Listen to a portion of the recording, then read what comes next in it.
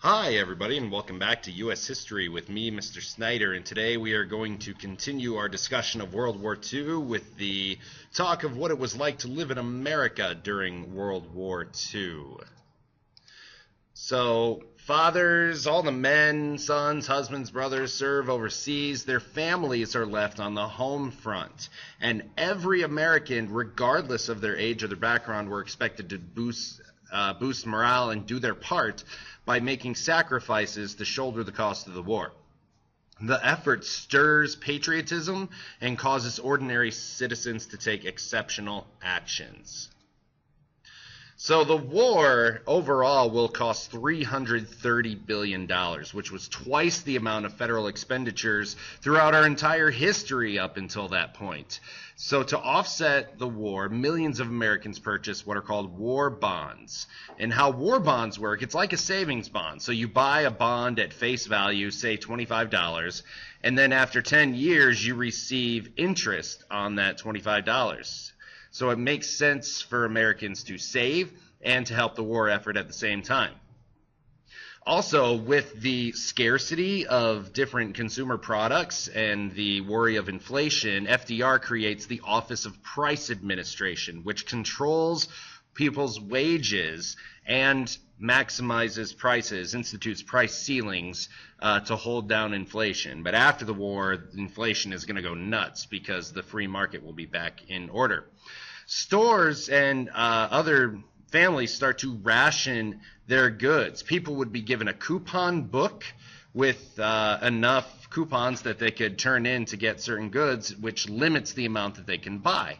This ensures that war production has enough of scarce materials, and everything from sugar, butter, and meat, different foods were rationed, to gasoline, rubber, even nylon stockings for women, because they could turn those into other materials for the war. To help alleviate these shortages caused by the war and the rationing program, people helped out in different ways. People carpool to work because it saves gas. They recycle their tires. They don't burn out their tires because that's wasteful. Anything that was seen as wasteful was seen as unpatriotic. People grow victory gardens and are told to grow victory gardens for extra veggies. They can food because canned food will last longer.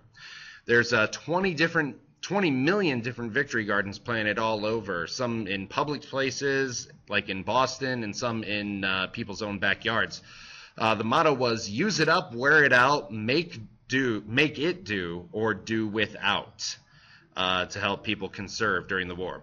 Some people refused these restrictions, and others made a profit off of these people by selling restricted goods on the black market.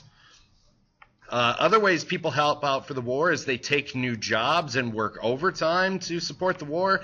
Retired people went back to work to get new jobs. People buy war bonds. As talked about before, they pay higher taxes willingly to help out for the war. They volunteer for the Red Cross, and they also send care packages overseas. The Office of War Information was established to help drum up support for the war and encourage people to support it. The Office of War Information, they use newspapers, films, posters, photos, and radio broadcasts to inform people and shape the information about the war, sort of spin it in a positive way. They also established overseas branches to start propaganda campaigns over there to let the enemy and the allies know that the Americans were coming and that the Americans are in the war. Here are some examples of different posters that the Office of War Information put out, and a lot of other federal agencies put out posters just like this. The WWII also works with Hollywood to showcase the need for the war and to also drum up support for it. Documentaries such as famed filmmaker Frank Capra shows the need to defeat fascism in documentaries like Why We Fight.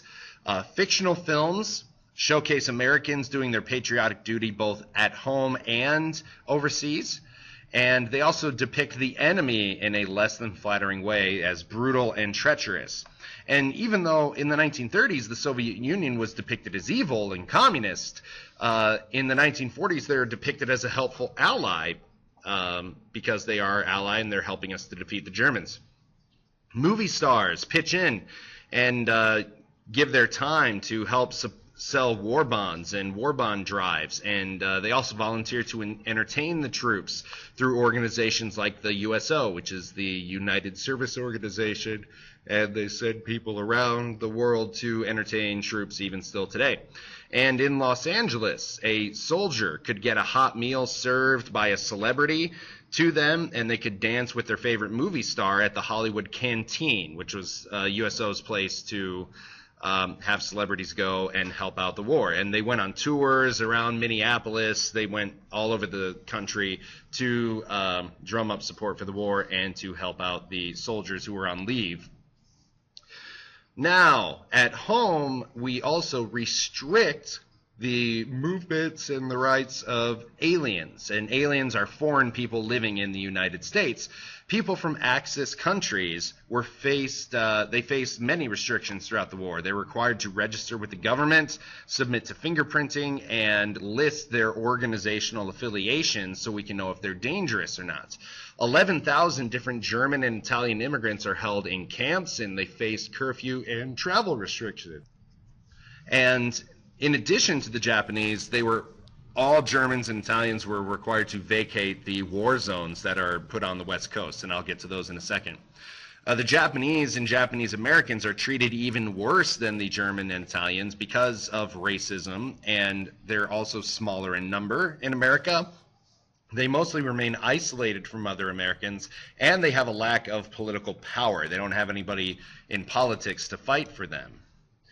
So after the bombing of Pearl Harbor, many Americans are fearful that Japan is going to invade the West Coast. So West Coast leaders decide to work on this, and they feel that Japanese people are disloyal to the United States and they have a solidarity with their Japanese heritage, even though some of them have never even been to Japan. So President Roosevelt authorizes the removal with Executive Order 9066. And I just think of it as like 666 is an evil number, so you remember 9066 is an evil action. He designates the West Coast as a war zone, and that means he can remove anybody he wants for any reason. So he relocates 120,000 Japanese Americans from the West Coast to the nation's interior, to what are called war relocation centers.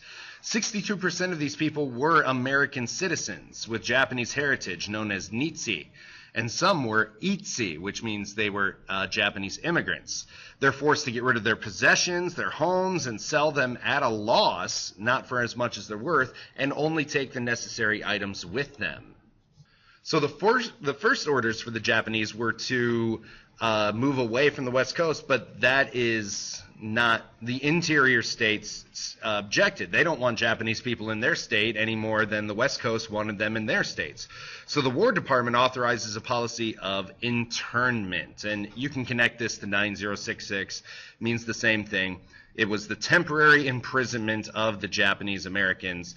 They are relocated to camps in isolated areas. These camps are dirty, crowded. They have underfunded schooling. There's food shortages, disease in the camp, and substandard medical care for those people that were sick. Makes these camps a real poor place to live, and they're forced to remain there for the duration of the war. Now, since a lot of these people are American citizens, it brings up a lot of constitutional issues. Were the rights of Japanese Americans violated? The main case you have to know is Korematsu versus the United States from 1944.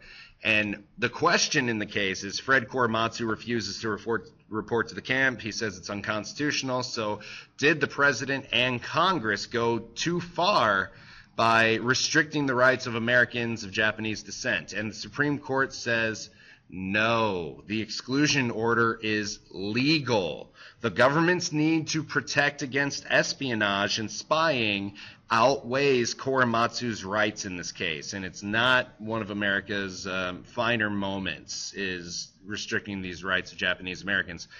In Hirabayashi versus United States, the other case you need to know, it's about the minority group, the Japanese, being held to curfews. Were the curfews legal? And they said, yes, the Japanese feel a solidarity with their motherland, so this racial discrimination, even though it's very suspect, is justified.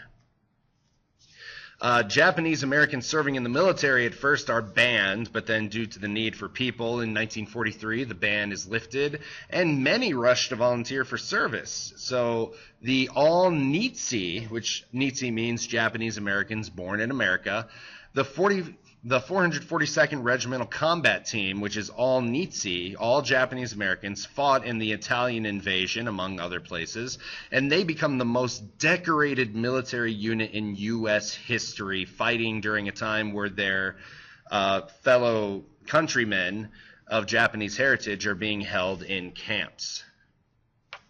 Women during this time take the jobs of men who go off to fight. We need more labor for people to make stuff for the war, so women work both in heavy industry and white-collar office settings. And Rosie the Riveter, here on the right, serves as a symbol of women going off to work.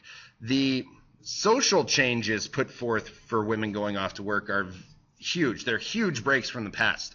Women begin working in jobs outside of their traditional realm, like heavy industry, because of the need for labor. And also, women traditionally, prior to this, would stop working once they were married. But this doesn't happen anymore. Women continue to work even after they are married. The benefits for women means they get a steady paycheck, some for the first time ever. They get organizational experience, confidence in building new relationships, and knowledge for jobs in the post-war world. Obstacles include pay is usually less for a woman, even for the same work as a man, and some women even face hostility in their new positions because men feel that they don't belong there. But still, by the end of the war, women make up 1/3 of the nation's workforce. African Americans during this time are working for a double V campaign, which means they want victory in Europe, but they also want victory against discrimination at home. And A. Philip Randolph is a black labor leader. He presents FDR with a list of demands from the black community to be treated more fairly. He aims to end discrimination in government-funded endeavors because the government should treat everybody as equal. He also wants to organize a massive march in Washington, D.C. to make this happen, but FDR is afraid that that would undermine the unity of the United States during the war, so he passes Executive Order 8802. This is the other one. This is the good executive order, which assures that any job that is funded by the government would have fair hiring practices, non-discriminatory towards blacks. Because of victories like this, black organizations gained membership during World War II. The NAACP and the Congress of Racial Equality, or CORE, both gain a lot of members during the war years, and this sets the stage for the civil rights movements of the 1950s and 60s. The war also changes America.